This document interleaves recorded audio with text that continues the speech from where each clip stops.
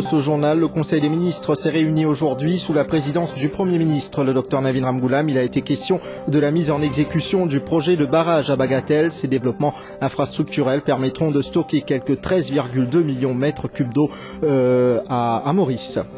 Les habitants de 6 régions de l'Est du pays alimentés en eau à partir du réservoir d'Alma dès aujourd'hui, cela grâce à l'installation d'un tuyau de canalisation long d'1,2 km. Ces avancées soulageront quelques 6000 familles de la région Est du pays. Le premier relevé de l'Observatoire des prix rendu public aujourd'hui, relevé conduit auprès de 22 points de vente à travers le pays. C'est à Port-Louis que le panier du consommateur coûte le moins cher. Et à l'étranger, le G8 semble avoir déjà choisi son candidat en remplacement à Dominique Strauss-Kahn à la tête du FMI. Il s'agit de la ministre française Christine Lagarde. Bonsoir à tous et merci d'être avec nous pour ce journal. Le Conseil des ministres s'est réuni aujourd'hui sous la présidence du Premier ministre, le Dr Navin Ramgoolam. Il a entre autres été question des développements concernant la mise en place du projet de barrage à Bagatelle. Cette nouvelle infrastructure pourra stocker quelques 13,2 millions de mètres cubes d'eau, ce qui devrait permettre à répondre à la demande en cette ressource dans le cadre du projet de Highlands, des développements en cours à la zone industrielle de la Tour-Kenig et de la région portuaire.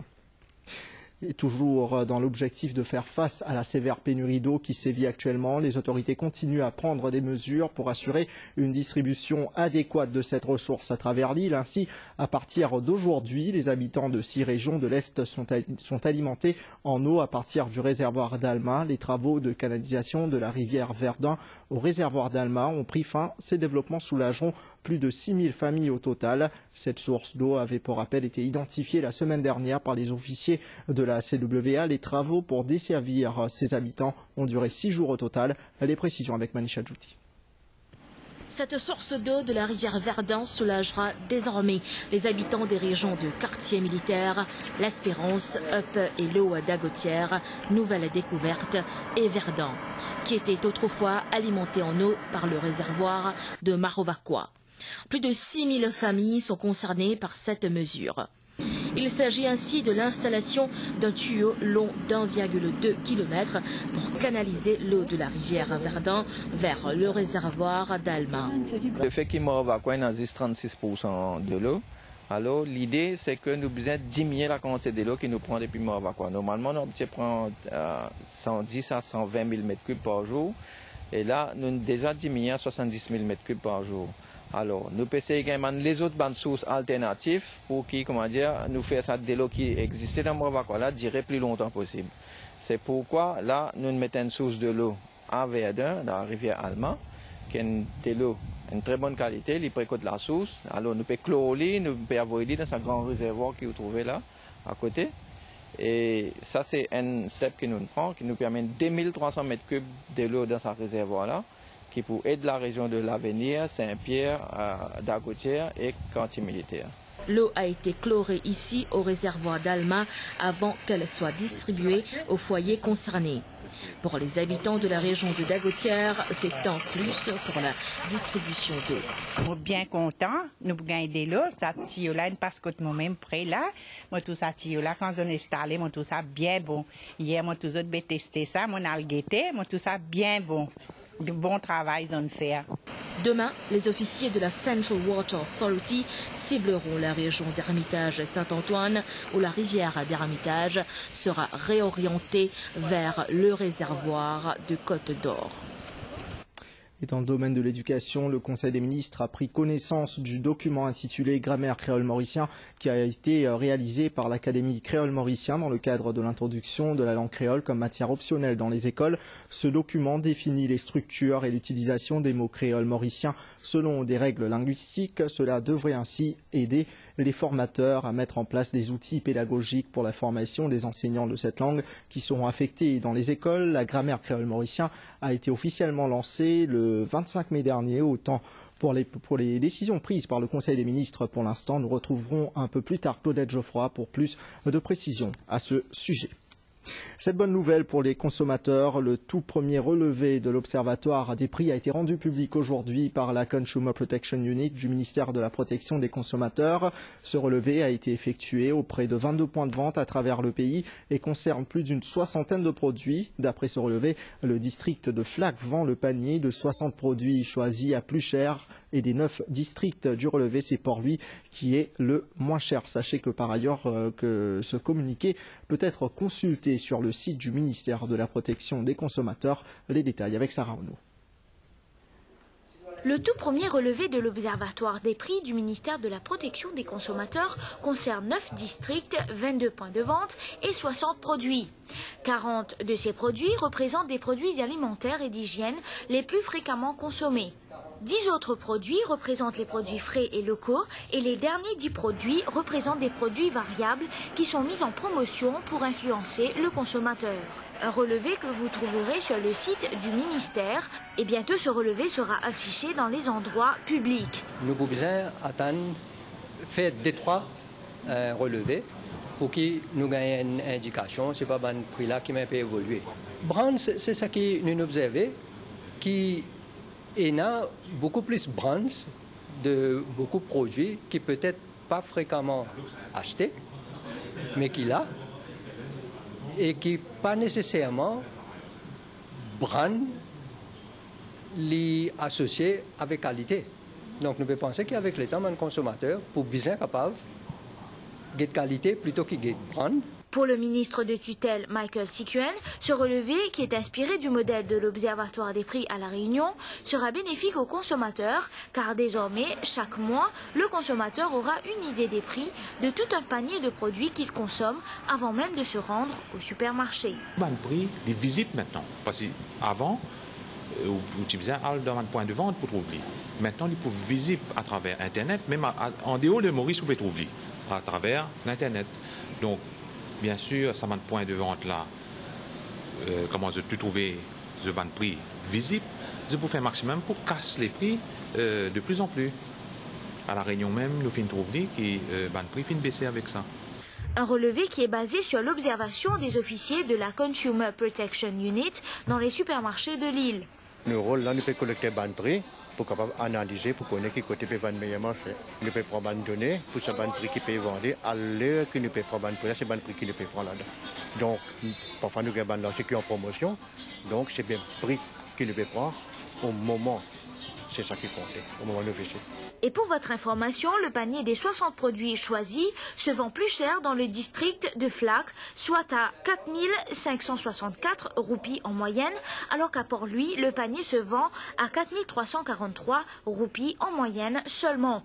Port-Louis, qui dans la liste des 9 districts, vend à moins cher. Avec l'affichage de tous ces prix, le ministère espère que le consommateur pourra acheter un panier de produits à des prix satisfaisants. Travaux routiers, importante déviation routière dans la capitale ce soir. Cela en raison des travaux effectués au rond-point de Codan. L'autoroute M1 sera ainsi fermée à la circulation ce soir à partir de 20h et ce jusqu'à 5h du matin. Une fermeture qui sera de nouveau effective le mercredi 1er juin et le jeudi 2 juin prochain. La police a pris les dispositions nécessaires pour aider les usagers de la route. Écoutons justement les propos de la constable Géraldine Neptune. Elle est au micro de Claudette Geoffroy. Automobiliste qui va sortir vers le rond-point de Kédé, qui vous vient vers le rond-point de Codan pour aller vers le sud. Vous avez besoin de dévier par la rue Maupin, c'est-à-dire quand vous arrivez au rond-point de Codan, vous avez besoin de tourner à gauche, tourner à gauche au chemin Maupin et arriver à la hauteur de Maupin, vous pourrez prendre à droite le Brabant, vous pourrez aller jusqu'à Bell Village, arriver à la hauteur de Bell Village, vous êtes capable soit tourner à gauche, prendre Olmo Carole pour venir jusqu'à Camp Chaplon, pour venir de l'autoroute M1, vous venir en direction de Réduit, soit vous continuer par la route, l'ancienne route, ça veut dire de Bell Village jusqu'à Rosille pour venir jusqu'à Saint-Jean pour monter jusqu'à le rond-point de Pontfer.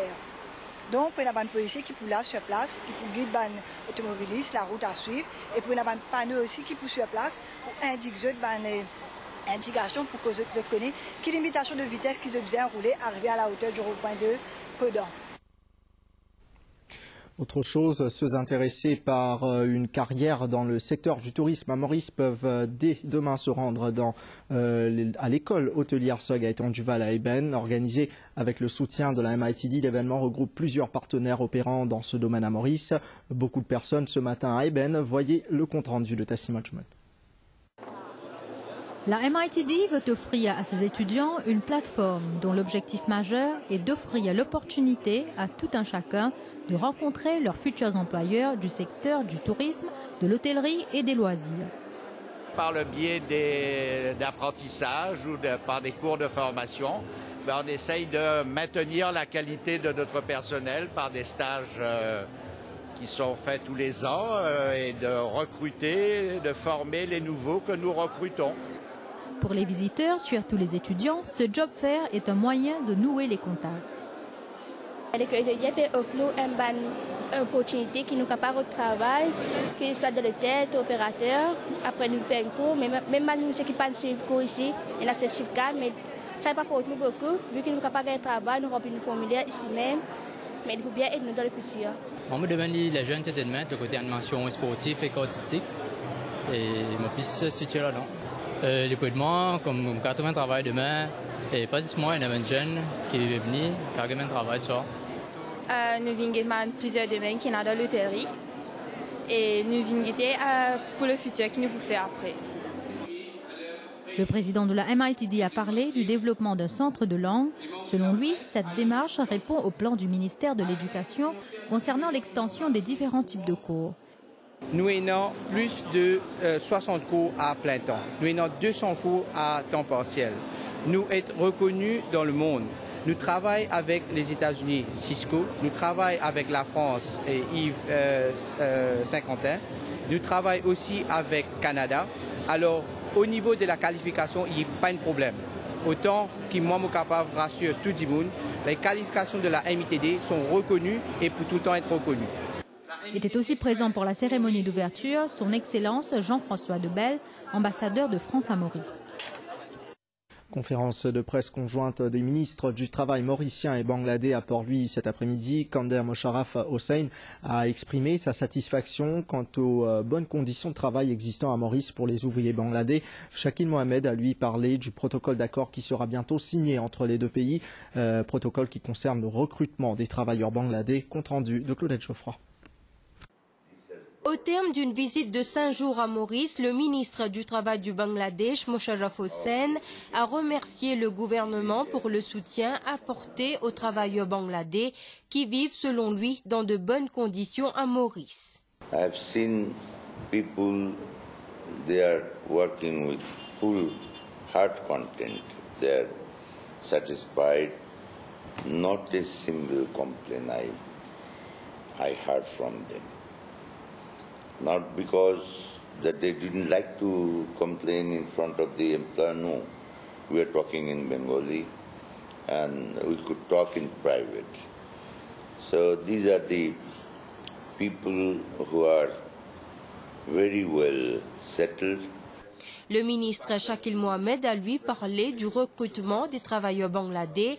Ce processus sera simplifié pour ainsi réduire les coûts d'immigration de ces travailleurs. Un protocole d'accord sur le recrutement sera signé entre les deux pays. Shakil Mohamed annonce des accords semblables avec l'Inde et la Chine sous peu. Nous pouvons explorer pour tout bon pays, que bon étranger, pour venir travailler à Maurice, nous pouvons explorer toute bonne possibilité pour qu'ils nous capables de créer un environnement de travail qui est correct. D'autres avenues de coopération comme la formation ont été abordées lors de la visite du ministre bangladais dans l'île.